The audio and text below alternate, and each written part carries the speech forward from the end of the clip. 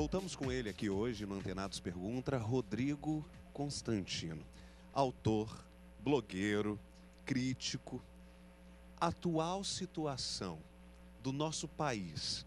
E aí vislumbrando, seja troca de governo, não troca de governo. Você como um economista, você acredita que nós vamos quebrar? E eu li um pouco você falando sobre a continuação do que seria a ponta apenas do iceberg, que seria o BNDES. Como que seria a sua visão em relação ao futuro próximo, a curto prazo, da nossa nação? A situação do Brasil não é bonita. A gente não pode subtrair os nossos telespectadores da verdade e, digamos assim, engambelar, dourar a pílula, né? Temos que ser sinceros. Eu, como economista, analiso a situação e vejo com muita preocupação os próximos, digamos, 2 anos. Eu acho que vai ter que piorar antes de melhorar. Alguns empregos estarão ameaçados, sem dúvida nenhuma. Eu diria que muitos empregos, infelizmente. Eu acho que a situação não é bonita porque muita coisa errada foi feita, principalmente nos 4 anos de gestão da presidente Dilma Rousseff, os 4 primeiros anos. Foram trapalhadas atrás de trapalhadas, apontadas por muitos economistas, inclusive por mim, e hoje ela tenta culpar aí as estrelas, uma crise mundial, e isso não existe. O que está acontecendo aqui é feito no Brasil, produzido pelo governo, e o estrago é grande. Dito isso, eu não sou tão pessimista a ponto de achar que o Brasil quebra ou que devemos abandonar a esperança. Até porque abandonar a esperança é o primeiro caminho do caos. E eu não quero aqui posar de profeta do caos. Mas perde o grau de investimento? Talvez perca, e se perder vai ser duro, vai ser muito duro. Por que vai ser duro? Isso parece às vezes um linguajar muito técnico em economia. Grau de investimento, agência de risco. O que quer dizer isso? Quer dizer basicamente o seguinte: se perdermos o grau de investimento, que é o que as agências de risco consideram o Brasil qualificado ou não para ser alvo de investimento estrangeiro, significa basicamente que muitos investidores que hoje colocam dinheiro aqui para construir fábricas, para construir coisas que gerem empregos, eles terão até mesmo, por obrigatoriedade dos seus mandatos, que mandar o dinheiro embora. Porque o Brasil não tem mais pessoas de fora do país, investidores multinacionais estrangeiros, estrangeiros, deixariam de investir no Brasil por causa do medo de perder o dinheiro aqui. E porque perdeu o selo de qualidade das agências de risco. Esse selo é importante, porque ele é um carimbo que autoriza ou não para certos investidores, para certos fundos. O Grupo Mundial investir. diz se você é confiável ou não. No caso do Brasil. Em alguns casos é um selo obrigatório. Só pode investir, não é isso? Só pode investir se tiver o selo. Exatamente. Nem querendo eles não podem investir. Nem querendo pode investir porque não tem mais o selo. Então eles vão ter que mandar o dinheiro embora e aí o câmbio, né, o dólar fica mais caro, o Brasil perde investimentos, o que é ruim para o crescimento. Então é todo um ciclo vicioso muito ruim. Eu acho que pode perder o grau de investimento. Isso tem impacto na vida de cada um de nós, do cidadão comum, né? Parece às vezes uma discussão só de quem se preocupa lá com o Ibovespa, mas não é verdade. É uma discussão que faz parte do nosso cotidiano, porque afeta a todos nós. E eu acho que talvez aconteça. Simplifica pra gente. O cidadão comum, a dona de casa hoje, que está assistindo, o cara que está no supermercado, em que a falta de investimento, a falta do selo, o aumento do risco Brasil, a ascensão do dólar representaria para o cidadão normal, salário mínimo, assalariado, segunda a sexta-feira? Várias coisas. Primeiro, muitos produtos são, de alguma forma ou de outra, possuem insumos dolarizados, ou seja, o pãozinho da padaria. Ele tem trigo, trigo é um preço definido em dólar. Se o dólar for para R$4, né, o preço do pãozinho vai ficar mais caro. Ele já tá subindo por conta disso. E vários outros produtos que, de uma forma ou de outra, levam matéria-prima em dólar. Isso tudo vai encarecer. Outro efeito indireto: você tendo menos investimento no país, você tem menos geração de empregos.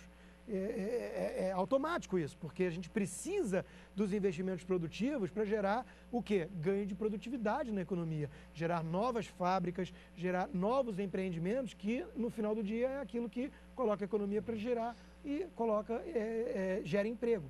Então, afeta do começo da cadeia até o fim da cadeia e a todos nós. Ninguém está livre desse impacto. O que me incomoda, assim, falando em termos de ideologia, de esquerda, né, falando da maré vermelha ainda, fazendo menção aqui ao teu livro, é que uma crise econômica parece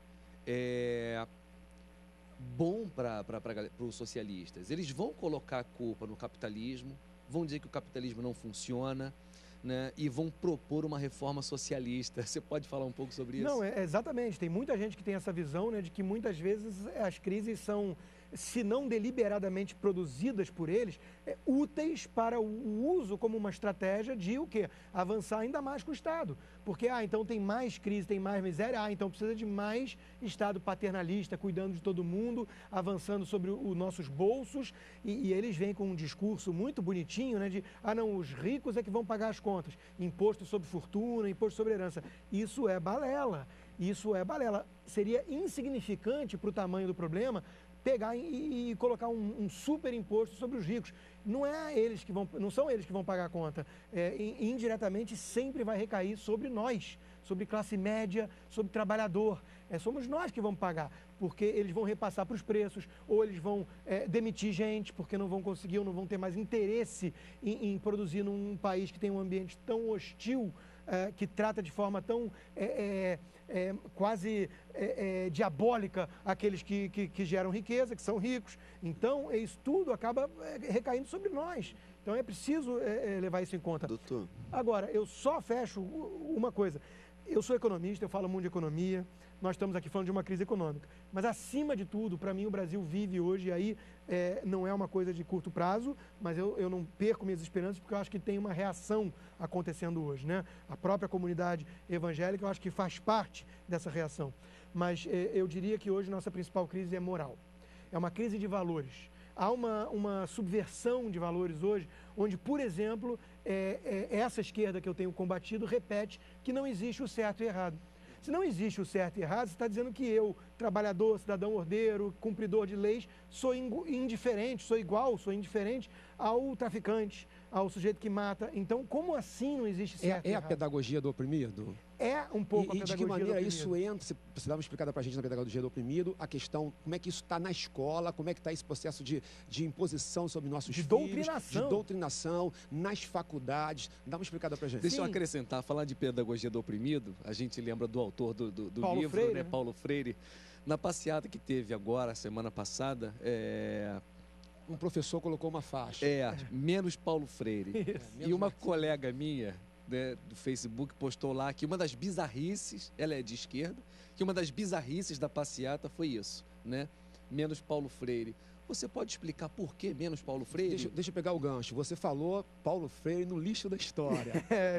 Gerei a revolta dele, porque ele é um guru. Não, ele é um santo, né? Não pode falar mal dele. É o patrono da educação, né? Aí pega isso e fala da pedagogia do oprimido e como é que isso está na escola e na faculdade. Pois descobrimos no Brasil e no mundo, né, que muitas pessoas que se dizem seculares, laicas, são muito mais fanáticas do ponto de vista de seita do que aqueles que eles atacam do outro lado, né? Por exemplo, você pode criticar a vontade de Jesus Cristo no Brasil e nada te acontece. Agora, se você ousar falar mal de Paulo Freire, você é alvo de uma reação ensandecida da turba, né?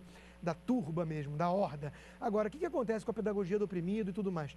Criou-se um clima no Brasil ao longo de décadas, né, porque isso não é de hoje, da subversão de valores, que é o seguinte: eles transformam o bandido em vítima. Isso é o grande lance deles, né? Então, todos os bandidos, por exemplo, todos os marginais e tudo mais, eles são tratados como vítimas da sociedade. O que eles fazem com isso? Eles tiram a responsabilidade dos indivíduos.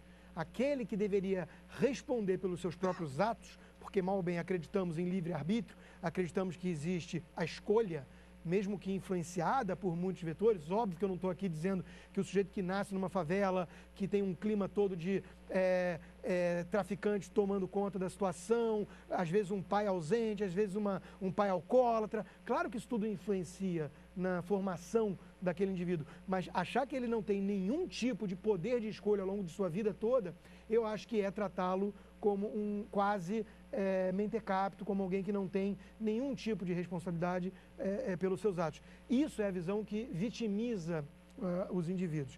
Eu sou contra essa visão, e a pedagogia do oprimido, então, é levar, mal ou bem, a luta de classes, da qual falávamos no primeiro bloco, para dentro da classe, para dentro da sala de aula, às vezes até mesmo para dentro das nossas casas.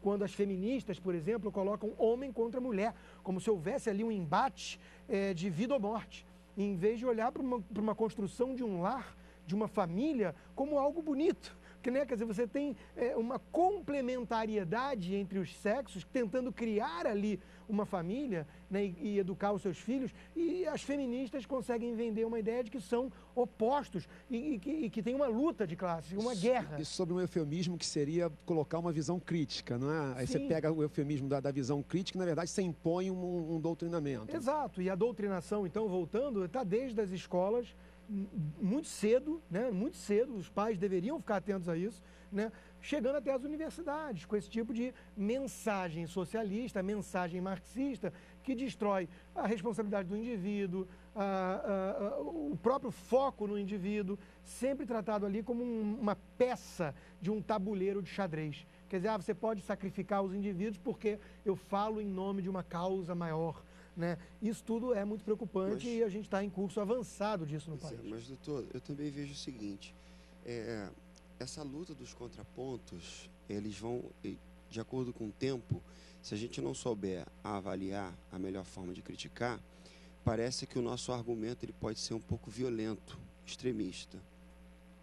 Quando eu falo isso, eu vejo muito a sua crítica em relação ao governo, como um geral, porque o governo do PT, ele não se resume a Dilma, mas também veio lá do Lula. Por exemplo, eu posso dizer que o grau de risco a gente conquistou no governo do Lula. Alguns avanços aconteceram lá no período do governo Lula. Será que o senhor vê dessa forma? Mas vou pedir para que o senhor responda no próximo bloco. A gente vai dar uma paradinha e volta já. Vamos lá. Eu quero mais.